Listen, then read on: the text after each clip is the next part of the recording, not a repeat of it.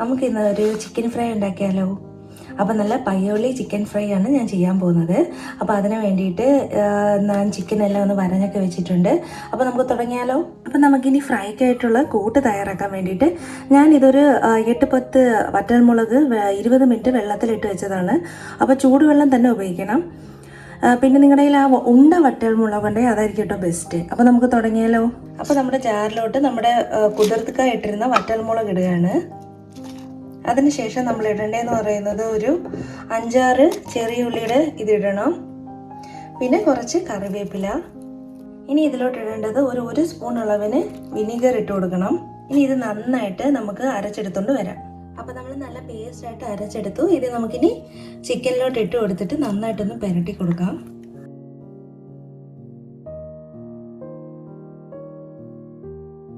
നമ്മളിനി ഇതിനകത്തോട്ട് കുറച്ചുകൂടെ മസാല ചേർക്കാറുണ്ട്. നമുക്ക് 1 സ്പൂൺ അളവിന് പെരുംജീരകം ഇട്ട് കൊടുക്കാം. ഇനി ചേർക്കേണ്ടത് 1 സ്പൂൺ ഗരം മസാലയാണ്, 1/4 ടീസ്പൂൺ മഞ്ഞൾപ്പൊടി, ആവശ്യത്തിന് ഉപ്പ്, ഒരു സ്പൂൺ അളവിന് ഉപ്പാണ് ഇടുന്നത്. ഇനി ഇത് നന്നായിട്ട് മിക്സ് ചെയ്ത് കൊടുക്കുക. ഇനി പുരട്ടി വെച്ചത് ഇനി ഒരു 30 മിനിറ്റ് നമുക്ക് റെസ്റ്റ് ചെയ്യാൻ വെക്കണം. അപ്പോൾ നമുക്കിനി ഇതൊരു 30 മിനിറ്റ് ഫ്രിഡ്ജിലൊന്നും വെക്കണ്ട, വെളിയിൽ തന്നെ റെസ്റ്റ് ചെയ്യാൻ വെക്കാം. നമുക്കിനി പയ്യോളി ചിക്കൻ ഫ്രൈക്ക് വേണ്ടിയിട്ടുള്ള ചിക്കൻ പുരട്ടിയത് ഇപ്പോൾ 30 മിനിറ്റ്സ് ആയി.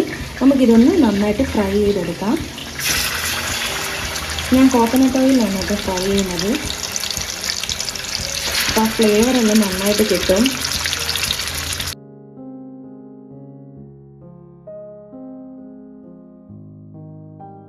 നമ്മുടെ ഫ്രൈയിലോട്ട് നമ്മൾ കുറച്ച് കറിവേപ്പില ഇട്ട് കൊടുക്കുകയാണ് ഫ്രൈ ചെയ്യുമ്പോൾ. അപ്പോൾ നമ്മുടെ പയ്യോളി ചിക്കൻ ഫ്രൈയുടെ ഫസ്റ്റ് ബാച്ച് നമ്മൾ നന്നായിട്ട് ഫ്രൈ ചെയ്ത് എടുത്തിട്ടുണ്ട്. ഇനി അടുത്ത ബാച്ച് വറുത്തെടുക്കാം. അപ്പോൾ നമ്മുടെ ഫുൾ ബാച്ച് ചിക്കൻ നമ്മൾ വറുത്തെടുത്തിട്ടുണ്ട്. അപ്പോൾ നമ്മൾ ഫ്രൈ ചെയ്തതിൻ്റെ മസാലയുടെ ബാക്കിയിലോട്ട് നമുക്ക് 1 കപ്പ് തേങ്ങ ഇടാം. എന്നിട്ട് ഇത് നന്നായിട്ട് മിക്സ് ചെയ്തെടുക്കുക.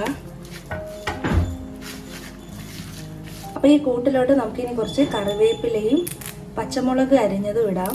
എന്നിട്ട് നമുക്കിത് ചിക്കൻ ഫ്രൈ ചെയ്തെടുത്ത പോലെ തന്നെ ഫ്രൈ ചെയ്തെടുക്കണം.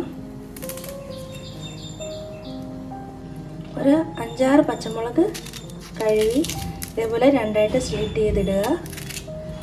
എന്നിട്ട് നമുക്ക് നേരത്തെ ഫ്രൈ ചെയ്ത് വെച്ചിരിക്കുന്ന ചിക്കൻ്റെ കൂട്ടത്തിലിടാം. അപ്പോൾ അതോടെ നമ്മുടെ പയ്യോളി ചിക്കൻ്റെ പരിപാടിയെല്ലാം തീരും കേട്ടോ. വളരെ ഈസിയാണ്, വെറൈറ്റിയാണ്.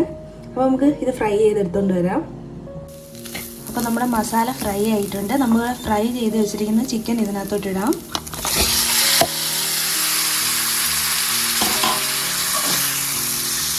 ഇത് നന്നായിട്ടൊന്ന് മിക്സ് ചെയ്ത് കൊടുക്കുക. അപ്പോൾ നമ്മുടെ പയ്യോളി ചിക്കൻ ഫ്രൈ റെഡി ആയിട്ടുണ്ട്. വളരെ ഈസിയാണ്, ഒരു വെറൈറ്റി ആയിട്ടുള്ളൊരു ഫ്രൈ ആണ്. അപ്പോൾ എല്ലാവരും ഒന്ന് ട്രൈ ചെയ്ത് നോക്കണം. അപ്പോൾ ഇതുപോലുള്ള ഡിഷായിട്ട് ഇനിയും വരാം. അതുവരെ ബൈ.